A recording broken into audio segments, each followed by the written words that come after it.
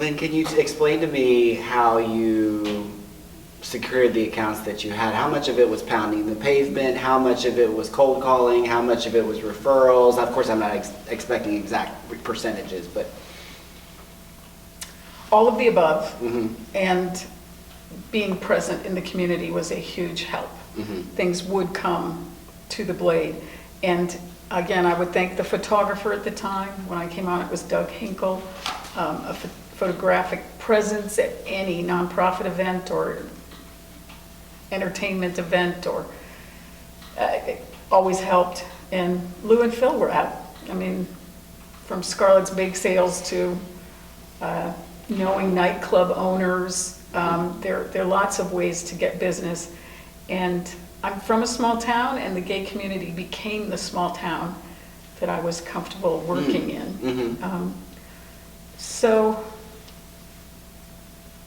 Phil was busy pursuing small professional ads. I looked at Phil's accounts as I came in, and he had Kitchen Bazaar. There was just unlimited opportunity, and in the DC area, again, my thanks goes to the bravery of Barrett Brick or Frank Kameny, or the people who were out and buying an automobile would say, you know, I really think you should advertise in the Blade. Mm-hmm. It was a huge effort. We ran a lot of promotional advertisements within the pages of the Blade that asked our readers to thank our advertisers. Mm-hmm. That feedback, again, we don't sell cars, we sell advertising, but if the car dealerships get a response from someone who says, oh, I saw your ad in the Blade, they are reinforced to do it again and again. I have oodles of stories, and I mean, you can pick one. Joey, do you want home improvements, or do you want sex toy shop story, or do you want an auto story, or do you want, you know? Oh, let's do the sex The toy Egyptian, shop. I thought that might catch your interest. This one scared me. I'm not sure the name of it. It wasn't Pleasure Place. It was a little more different. A little more different. Oh my God. 8th grade English teacher just wrapped me. It was different. And I can't think of the name of it, which is good. But she asked me to come to her house, which freaked me out. Mm-hmm. When that happened, I always gave Phil the name and address of the destination.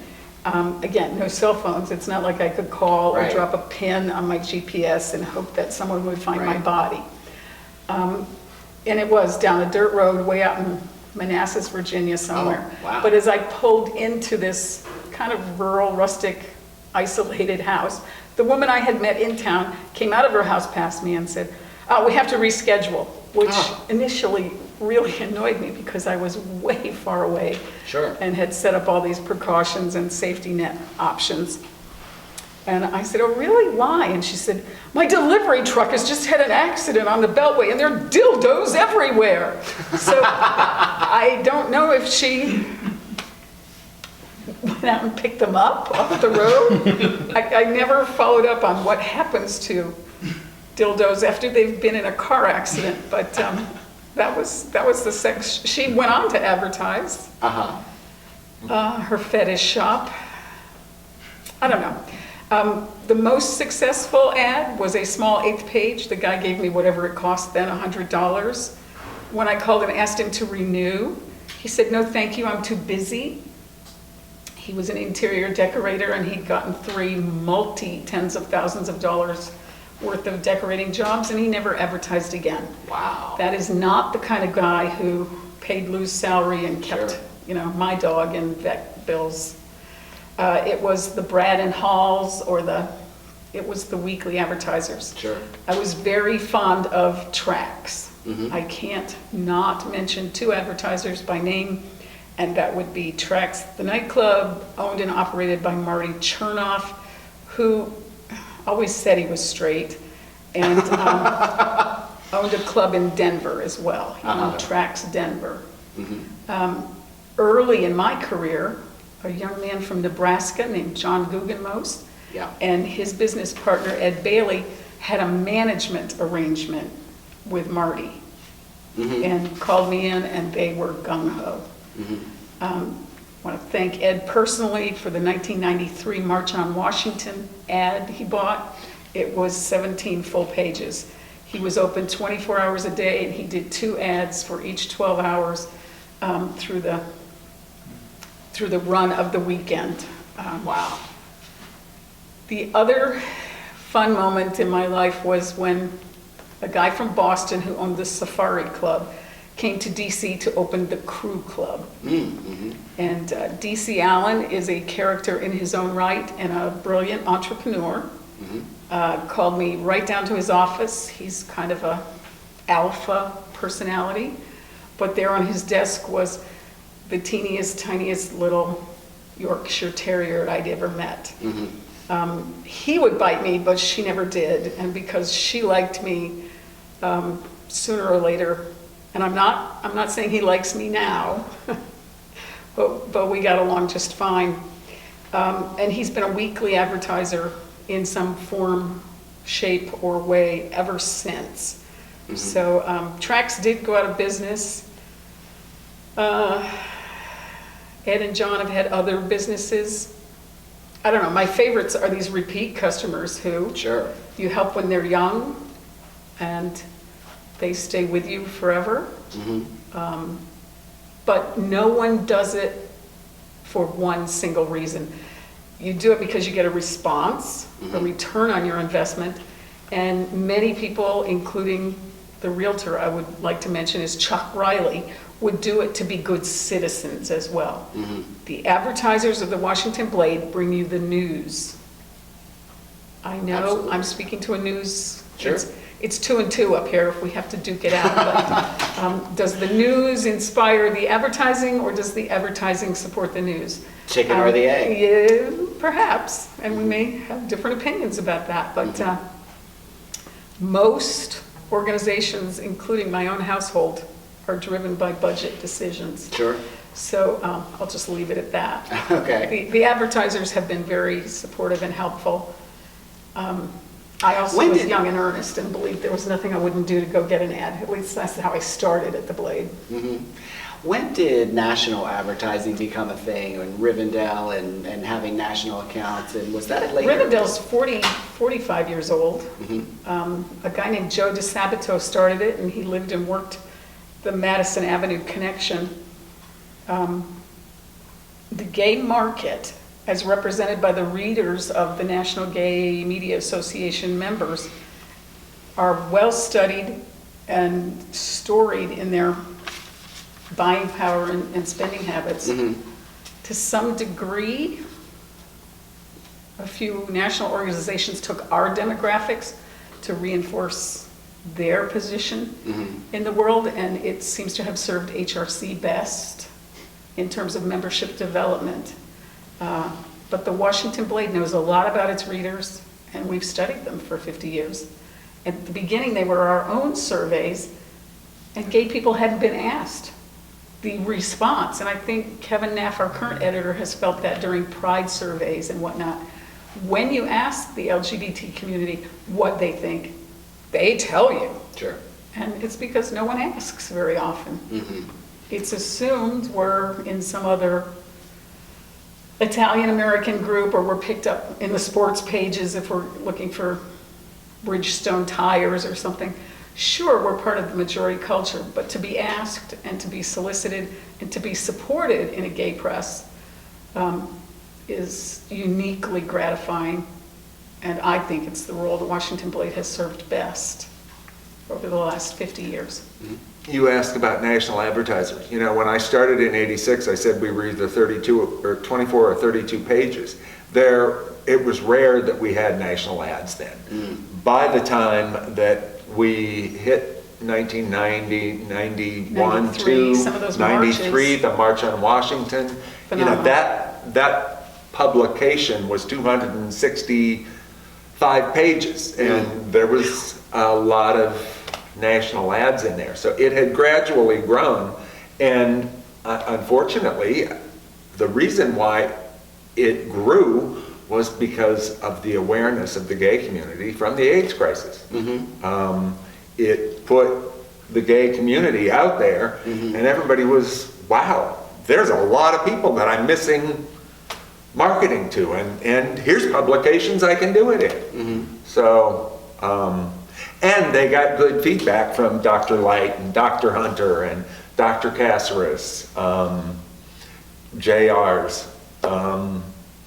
So Lou, let's springboard on that. Would you say that in a roundabout way, and you know, I'm curious to hear how you first heard of AIDS and when we started covering it, I'm sure right from the beginning.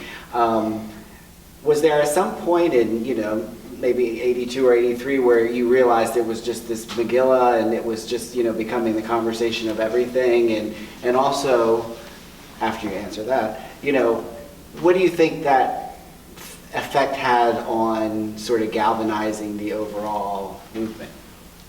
Well, clearly it was something that started as a curiosity, but it wasn't long before we knew this was an enormous situation. And I learned a lot about it. We knew, of course, certain locations in the country were hit harder prior to DC, New York and San Francisco. So at one point early on, Lisa Keene, the then editor, and myself traveled to New York, and we arranged meetings with the organization that became the Gay Men's Health Crisis back then, and they were really in the midst of it. And I believe we might have even met Larry Kramer at that time. And they briefed us on it, and they said, this is what you have to expect to come. They talked about the stigma, they talked about discrimination and so forth, and in addition to the hardship that those who had AIDS at the time were facing, you know, medically. So we came back and started writing stories on it, and I remember one reaction, I don't know if Lynn and Phil got it, but we did hear a few complaints from some businesses saying, you know, what are you guys doing? This could be hurtful for our businesses. It might have been some of the bars or something like that. And we tried to be as diplomatic as possible, but we said that we really think the community needs to know about this, especially before it was even known as to what the cause of it was, or the transmission.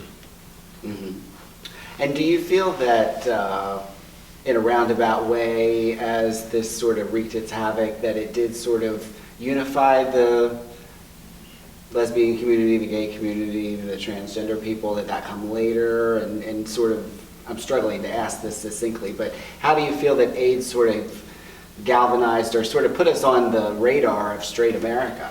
It clearly did. I mean, at first it was something that people were worried about as a negative thing in terms of advancing LGBT rights, rights.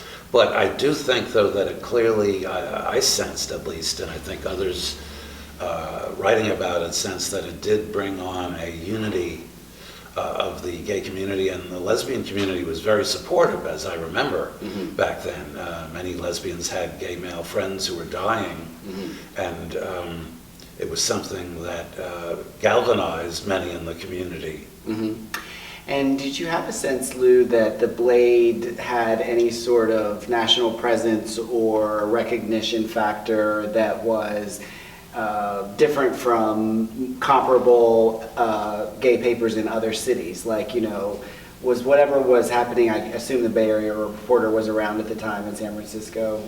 It was. Yeah. So, you know, the other gay papers that might have been the top ones in, you know, Chicago or Dallas or wherever, did you have a sense then that the Blade had sort of any sort of national reputation or anything, or was the Blade sort of known as more a DC thing and the Advocate was maybe more the national thing? What was the perception like? I think that fairly early on, at least in the 80s, the Blade was developing a reputation of a newspaper that was covering the national government. We were covering the White House and Congress. I believe we were the first of any in the gay press that got official credentials to cover both the U.S. Congress and the White House. And do you remember it being maybe difficult at first to get calls returned, but then maybe that got easier as our reputation grew, or with elected officials? Yeah, I think that that was something that did surprise me in that I generally had people return calls. Now, we wouldn't be able to speak to a senator usually or a congressman directly, but the staff was fairly responsive. And we could go to press conferences where anyone could ask questions, and I did ask senators and Congress members questions at the time. Do you remember any get or story or series that you did in the 80s or 90s that you were particularly proud of or that stands out in your memory? I think one, and I think it was mentioned in one of our past anniversary issues, was a story that we spearheaded, but it was a joint effort actually by with the Advocate, and I believe it might have been the New York Native back in the early 80s. But what happened was there were suddenly these reports coming out of the FBI investigating cases of Russian agents or other foreign agents trying to infiltrate gay bars in Washington to breach security of people who might be in the closet, maybe government workers or military people and so forth. And all of this publicity started popping up. And we did a joint investigation into that and found that it really wasn't as widespread as some in the media had said, that there was local DC police investigating some of the clubs, but it wasn't related to national security. But it was possibly one of the first efforts that the Blade led of a joint investigative report by the gay press. Okay. And do you remember what was some of your just week-to-week meat and potatoes type stuff that you were covering in those years? I mean, I'm sure the Stein Club and some of the things that we still covered at AGLAA. Who were some of your regular sources back then, and what were some of the things that you just seemed to be popping up in the paper all the time? Right, like many media, we were driven then, although we always strived to get behind the news and do investigative pieces, which we did do. But I would be covering the organizations, the political organizations. It started out as the Gay Activist Alliance, and there was the Gertrude Stein Democratic Club formed in the 70s, and a number of other organizations. There was a black LGBT organization that formed, and we would cover those and cover the events that they put on regularly.